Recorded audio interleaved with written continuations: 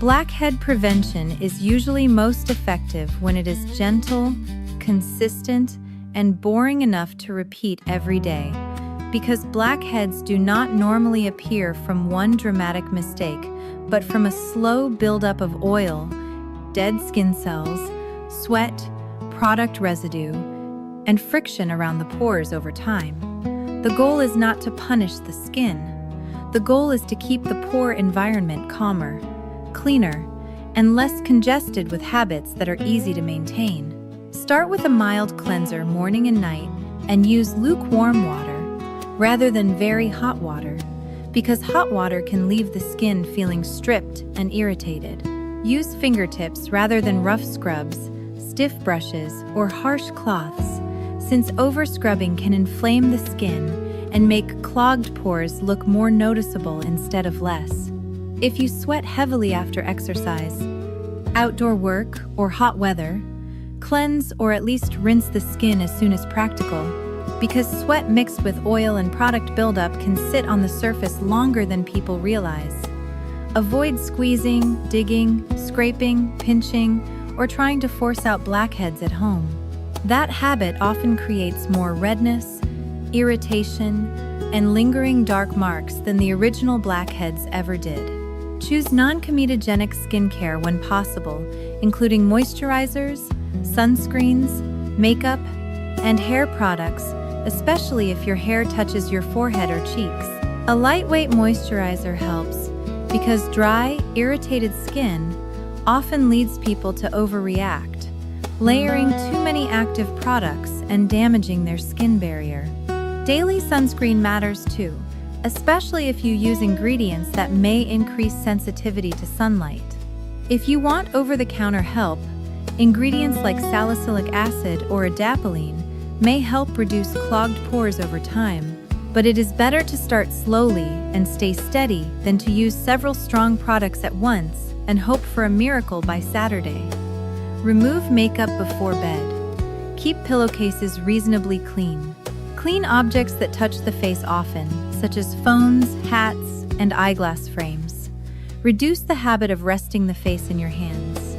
Keep hair oils and styling products away from acne-prone skin when you can. Pay attention to stress, because stress does not magically create every blackhead, but it often leads to poor sleep, skipped cleansing, more face touching, more picking, and more impulsive decisions in front of the bathroom mirror.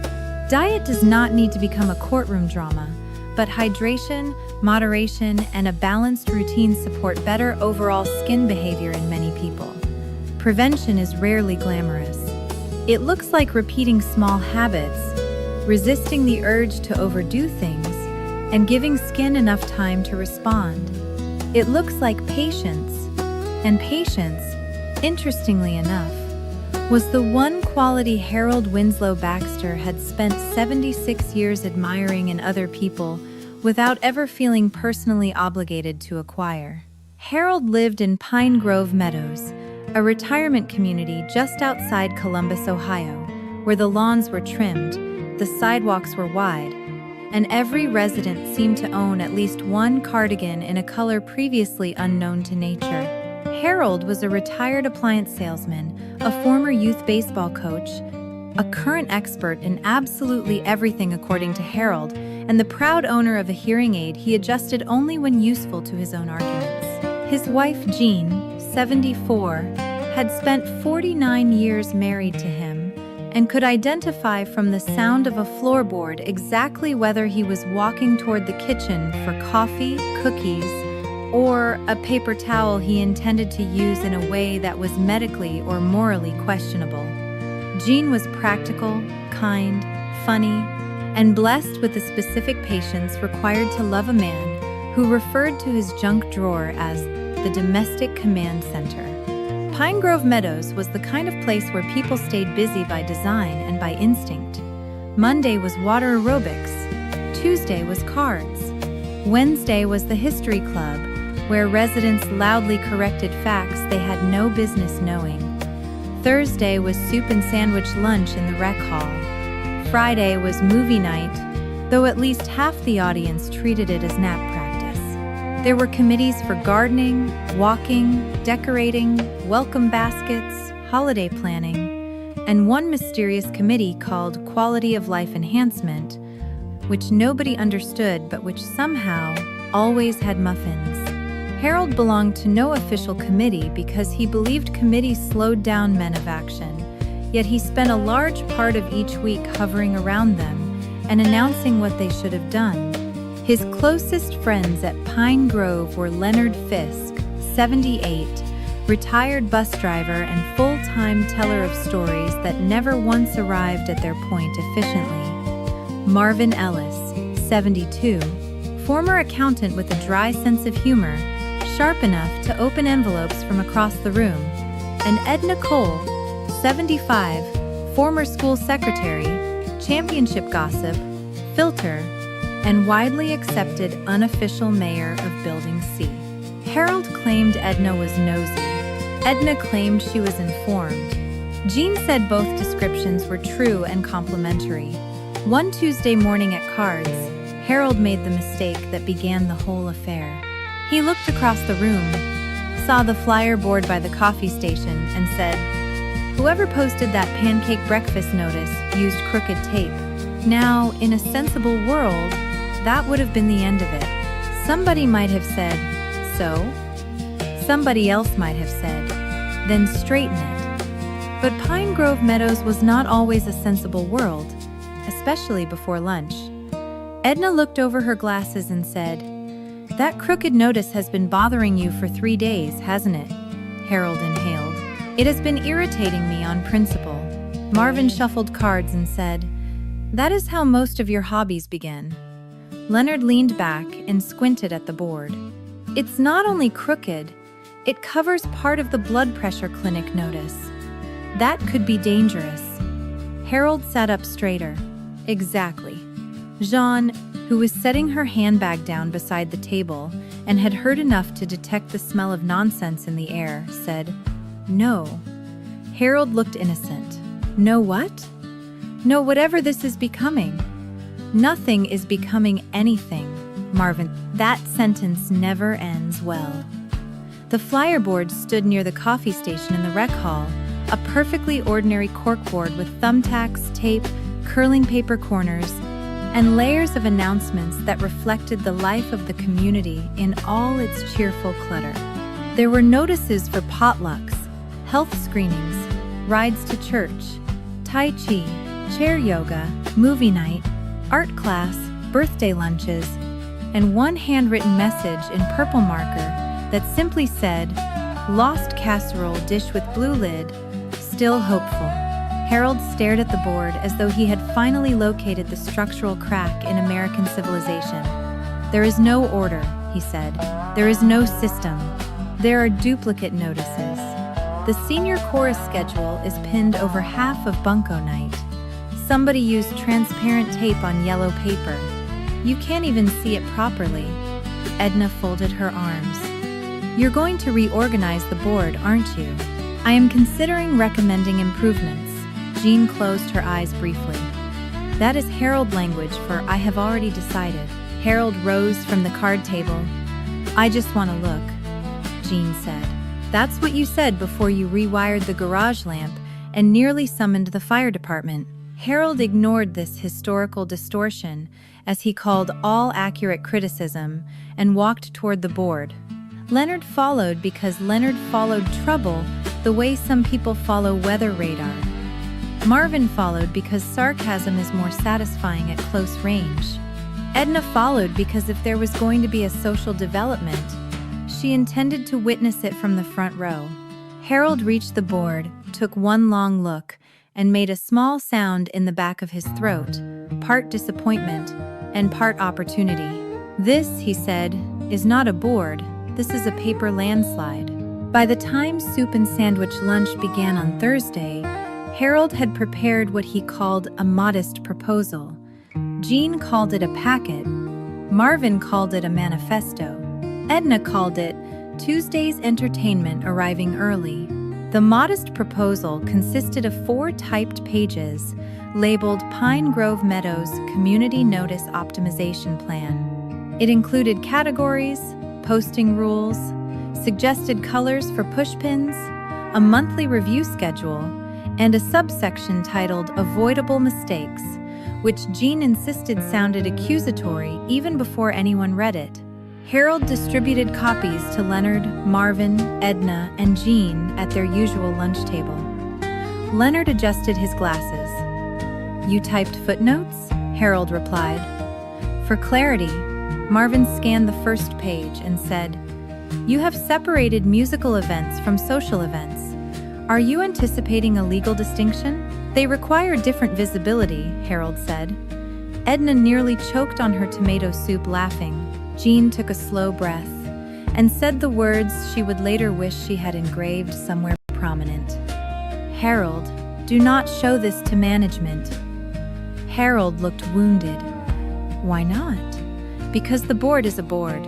"Exactly," he said, "and therefore it should function as one." "It is functioning now," Jean said. "People still arrive at the pancake breakfast. People still find bunko night. Nobody has died from accordion club overlap." Harold tapped his packet. "That is a low standard."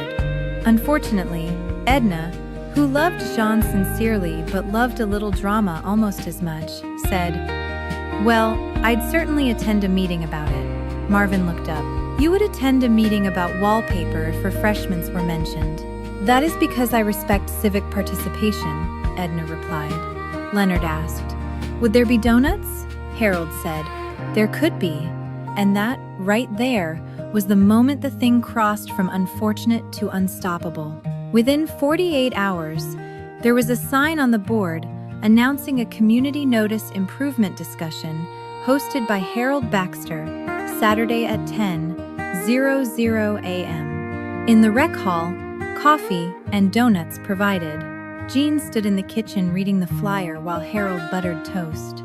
"You used the board you dislike to advertise a meeting about disliking the board." Harold kept buttering. "Strategic use of available channels." Jean stared at him. "I want you to hear yourself exactly once before this gets worse." Harold smiled the smile of a man who believed history would vindicate him. "It won't get worse." Jean said, "You invited Leonard and donuts. It is already worse." Saturday came bright and cool, and 17 residents showed up, which was 14 more than Jean expected, and 6 more than Harold could safely manage. The rec hall had folding chairs, coffee in industrial urns, and a box of donuts that Leonard guarded with the suspicious posture of a man who had seen shortages before. Harold stood at the front with his packet, the board behind him, and the unmistakable energy of someone who had prepared more remarks than the occasion deserved. Jean sat in the back with Marvin and Edna. "I married a man," she whispered, "and somehow ended up partnered to a middle management weather event." Marvin said, "Try to enjoy it, this is free," Harold began. "Friends, neighbors, fellow users of public information." There was already trouble in that opening. He continued anyway. "We all benefit from a clear, fair, and orderly bulletin system." Edna leaned toward Jean and whispered, "He sounds like he's addressing Congress about thumbtacks." Jean whispered back, "Congress would leave sooner." Harold presented his categories: wellness, recreation, dining, transportation, clubs, personal notices, and administrative announcements. He proposed green tacks for recreation, blue for wellness, yellow for dining, white for administration, and red only for truly urgent matters. "What counts as urgent?" asked Mrs. Campbell from Building A. Harold answered. "For example, water shutoff, severe weather instructions, or missing eyeglasses if the owner is actively walking into walls." Leonard raised his hand. "What about casserole emergencies?" Laughter. Harold, to his credit, tried to adapt. Case by case. Then came the fatal question from Doris Klein, a retired church pianist with a sweet face and the strategic mind of a battlefield historian. "Who decides what category something belongs in?" Harold said, "Well, ideally, a small volunteer review group," Marvin muttered. "There it is, the board police." Jean put a hand over her mouth. Edna was already shaking. Harold did not notice. "Not police," he said. "Stewards."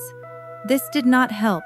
In the next 15 minutes, the room split into opinions with surprising speed. One group liked the idea of order. Another group thought it sounded bossy. One man argued that yellow pushpins were hard to see against cream paper. A woman from Building D objected that personal notices should never be below transportation because birthday lunches and bridge invitations are the backbone of morale. Leonard suggested magnetic strips. Harold said it was a corkboard. Leonard said technology could change. Jean quietly considered faking a medical appointment. The matter of urgent red tacks caused particular chaos when Edna asked, "If Mavis brings pumpkin bars to line dancing, is that urgent?" Harold said no. Several people in the second row disagreed. Then Mrs. Campbell announced that any notice about free pie should automatically qualify as urgent for humanitarian reasons. At that, the room dissolved into laughter, side debates, and 3 simultaneous stories about pie from completely different decades. Harold banged a plastic coffee stirrer against the table to regain order, which only made him look like an underfunded auctioneer. Jean whispered to Marvin, "If he creates a subcommittee, I'm leaving him." Marvin replied, "No, you're not. You'd miss the ending." He was right. The meeting ended with no formal decision, except that people wanted another meeting, which is how small disasters earn roots. Harold returned home, energized. Jean returned home, fatigued in spirit. "Well," Harold said in the kitchen, "that was productive." Jean stared at him. "People argued for 9 minutes about pie alerts. That means they're engaged." "Harold, they're retired. They're always engaged in something." By Monday, Pine Grove Meadows was buzzing. Somebody heard Harold wanted to issue approval stamps. Not true. Somebody else heard Edna wanted pie notices above health screenings. Not entirely false in spirit. Leonard told 2 people that the board might soon have traffic lanes. Marvin, when asked for comment, said only, "I recommend protective headgear." The flyer board itself became more cluttered than ever, because now there were notices about the next board discussion, handwritten opinions taped beneath old flyers, and one anonymous sheet that read "Hands off the casserole alert system." Jean saw that and laughed hard enough to set down her groceries in the hallway. Harold did not laugh. "This is mockery," he said. Jean answered, "This is community theater, and you wrote Act 1. The next meeting was held the following Thursday, and because life enjoys irony, it took place under a temporary notice posted crookedly with 2 different pieces of tape. Harold stared at it for a full 10 seconds before entering the room, the way a man might stare at a sinkhole forming in his own driveway. 22 residents attended this time. Mrs. Campbell brought lemon bars. Someone had arranged chairs in a circle for openness, which Harold disliked immediately because circles encourage discussion instead of direction. Jean sat beside Edna and said, "If I go missing, tell people I was carried away by procedural language." Edna patted her hand. "If you go missing, I'll check the Quality of Life Committee first." Harold tried again, but the discussion went sideways faster. A woman named Trudy insisted that music club and social club should not be separated because music is social unless you're practicing tuba alone. Marvin asked whether urgent notices required proof of urgency. Leonard asked if missing remotes counted. Edna proposed a separate humor corner. Jean supported that entirely. A gentleman in suspenders, nobody had invited to speak at length, offered a 12-minute reflection on the history of community boards in Presbyterian fellowship halls across 3 states.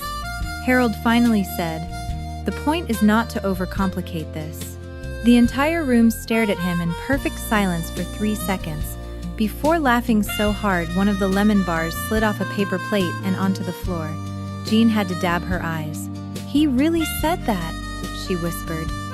Even Harold smiled, though only reluctantly, because some moments are too clearly deserved to resist.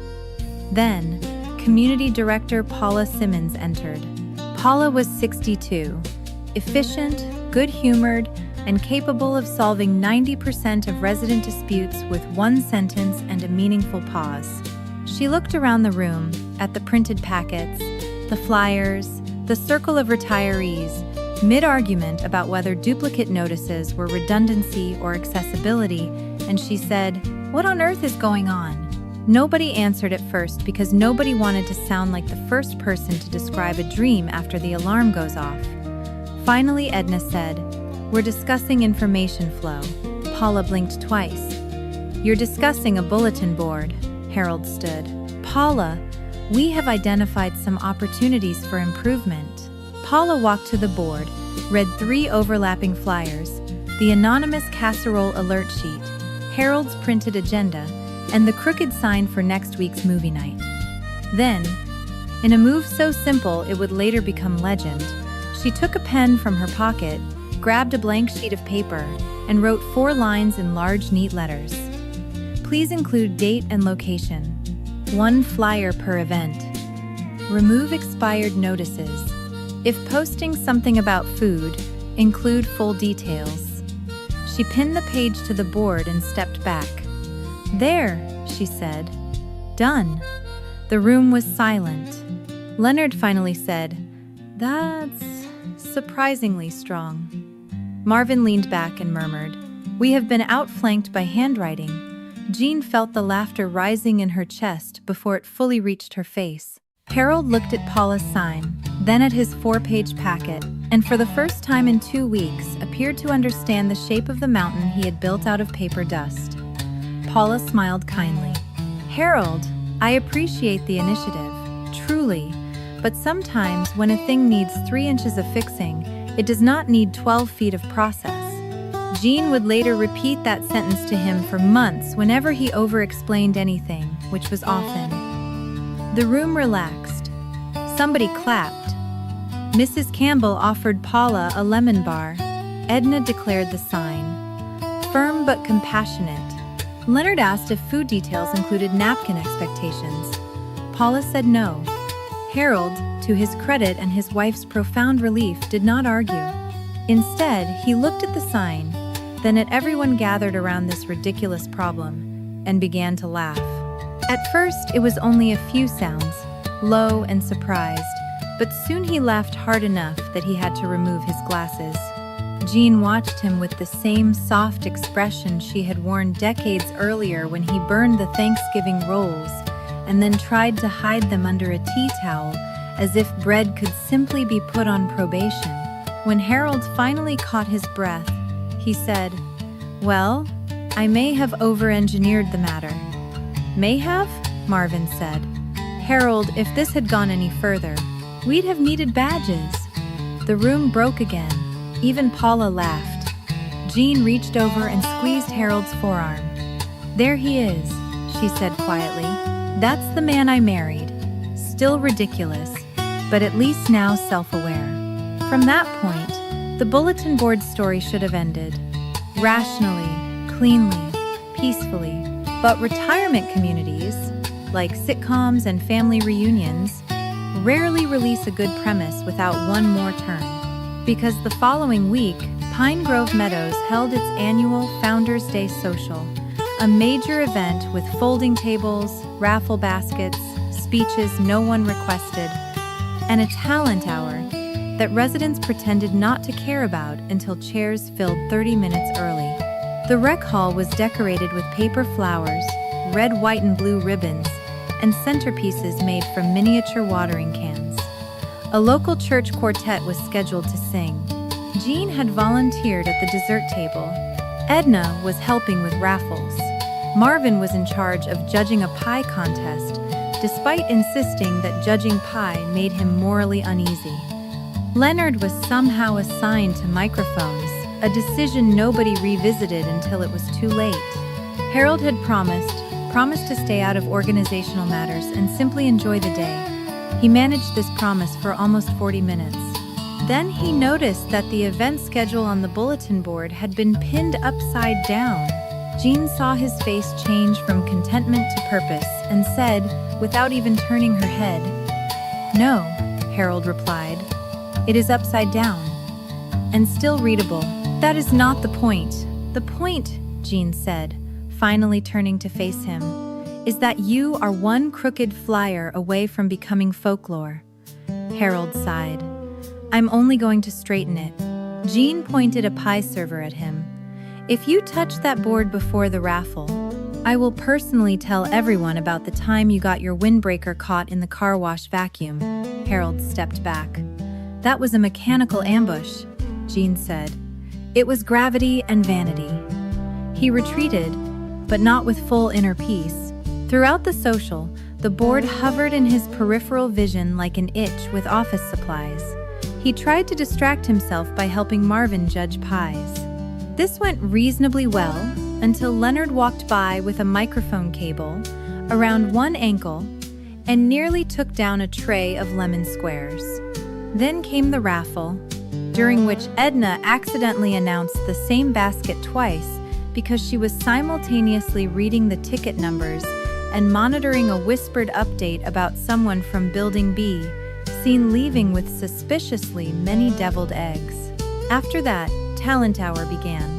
The acts included a harmonica solo, a dramatic reading about first love in 1963, a husband and wife spoon routine that was far more synchronized than their communication at dinner ever was, and a stand-up set from Marvin titled "Mild Observations from a Man Who Thought Retirement Would Involve More Sitting." Marvin's set was dry, elegant, and devastating.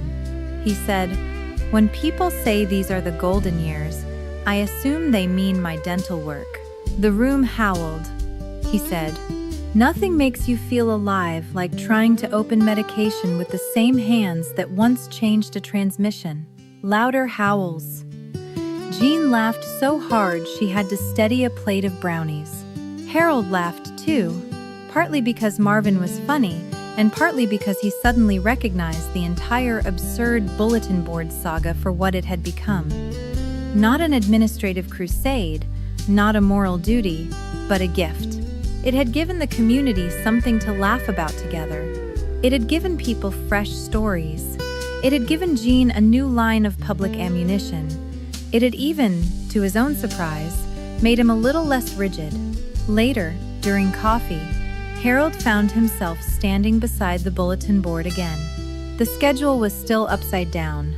Paula's 4-line handwritten sign was still pinned in the middle. Beneath it were flyers for line dancing, hearing aid cleaning, movie night, pancake breakfast, and a handwritten note in pink marker that said, "Missing blue cardigan, reward is gratitude." Harold looked at the board for a long moment. Then Paula walked up beside him. "You can straighten it if you want," she said. Harold smiled. "I know, and? I think I'm retiring from bulletin matters." Paula nodded. "A second retirement. Ambitious." He pointed at the handwritten rule sheet. "Yours is better." "Of course it is," Paula said. "Mine fit on one page." Harold laughed again. "Fair." He did not straighten the schedule. Instead, he walked away and joined Jean at the dessert table, where she was cutting chess bars into neat squares. "Did you conquer the board?" she asked. "No," he said. "I think the board has conquered me." Jean looked up with interest. "In a good way, or in a documentary way? In a necessary way?" Jean handed him a napkin. "Well, that's promising. Here, carry these to table 3 and try not to start a labeling system." The weeks that followed turned the bulletin board story into permanent Pine Grove mythology. The anonymous casserole alert author was never identified, though Edna privately claimed she knew and would take the truth to the grave unless pie was involved. Marvin worked references into future jokes. Leonard began calling Harold Captain Thumbtack at least once a week. Mrs. Campbell whenever she brought pastries anywhere, would ask with a straight face whether the notice qualified as urgent. Jean enjoyed all of it immensely, especially because Harold no longer got defensive. In fact, he began telling the story himself, usually with improvements. He would say, "I tried to save the community from paper chaos and was defeated by a woman with a pen and basic judgment." That line never failed. At Christmas, the residents gave him a novelty mug that read, "Director of Information Flow." He laughed so hard tea came out his nose. Jean said it was the finest civic recognition he had ever earned. Spring returned. New flyers layered over old seasons. The board remained imperfect. Notices leaned. Tape mismatched. Somebody still used too many exclamation marks. But things improved anyway, not because Harold had installed categories, but because everyone now laughed a little more and paid a little more attention. Expired notices came down more often. Food events included more details. Duplicate postings were gently trimmed. And Harold himself became quietly useful in a different way. If he saw a flyer falling off, he pinned it back without comment. If a date was missing, he asked politely rather than issuing philosophy. If somebody posted a handwritten recipe exchange notice on bright orange paper with bubble letters, he left it alone because by then he understood that not every crooked edge needed a sermon. One afternoon in early summer, Harold and Jean sat on a bench outside the rec hall. After a walking club meeting they had both mostly attended with enthusiasm, but fully completed with knees. The sky was soft blue, the air warm, the flowers near the entrance slightly overwatered by a volunteer who believed abundance solved most problems. Inside the hall, through the glass, the bulletin board was visible. Jean sipped iced tea from a paper cup and said, "Do you know what I liked best about the whole thing?" Harold braced himself. "That I showed restraint in the end?" Jean smiled. "No, that you became funny once you stopped trying to be right." Harold looked offended for only a second. Then he nodded. "That may be true." "It is true. I was still somewhat right." "Of course you were. That's what makes you unbearable and useful in equal measure." He laughed. 49 years, and this is the poetry I get." Jean leaned against his shoulder. "You knew what you were buying." They sat quietly for a moment, watching residents pass. Edna carrying a raffle basket ribbon for reasons known only to Edna. Marvin pretending not to limp. Leonard explaining something with huge gestures to a person who had clearly only asked for the time. Harold said, softer now, "Funny thing is, I really thought I was trying to improve the place." Jean answered, "You were?" "No," he said. "I think I was trying to improve the feeling I had when I looked at it." Jean turned to him. "That," she said, "is one of the smartest things you have ever said without needing a packet." Harold considered that. Maybe getting older is learning the difference. Between what? Between fixing a thing and fussing at a thing. Jean smiled. "Now you're dangerous. You've become reflective." He nodded toward the hall. "Don't worry, I still think that one flyer is too low." Jean laughed into her cup. There he is again. And maybe that was the real trick. The same trick that helps with blackheads, with aging, with marriage, and with all the little human situations that become unnecessarily dramatic when poked too hard. Gentle habits matter more than force. Patience usually beats panic. A few simple rules, consistently followed, do more good than a giant system that exhausts everyone. Leave things alone. When leaving them alone is the wiser act. Fix what truly needs fixing. Laugh when you catch yourself turning a minor annoyance into a full-time project. If you fail, which most people do, especially the lively ones, step back, soften your grip, and let the people who love you hand you back your sense of proportion. Harold never did become patient in the pure, saintly sense. He still muttered about crooked signs. He still straightened salt shakers in restaurants when he thought nobody was looking. He still believed there should be penalties for unreadable labels in shared refrigerators. But after the bulletin board affair, he held his own opinions a little looser. He discovered that being part of a community was not the same as managing one, that affection often looks like teasing, that dignity survives laughter just fine, and that a life can remain very good even when the notices overlap, the tape is crooked, and somebody somewhere is still asking everybody to bring a ladle without enough context. That, for a man like Harold Baxter, was growth of the most miraculous kind. Blackhead prevention works best when it is gentle, steady, and realistic, because blackheads usually develop slowly as oil, dead skin cells, sweat, leftover product, and ordinary daily friction collect around the opening of the pore over time. So the smartest approach is not to attack the skin, but to keep it calmer, cleaner, and less congested without creating fresh irritation. A simple routine is often more effective than an exciting one. Cleanse the face in the morning and again at night with a mild cleanser and lukewarm water, because very hot water can strip the skin barrier and leave the face feeling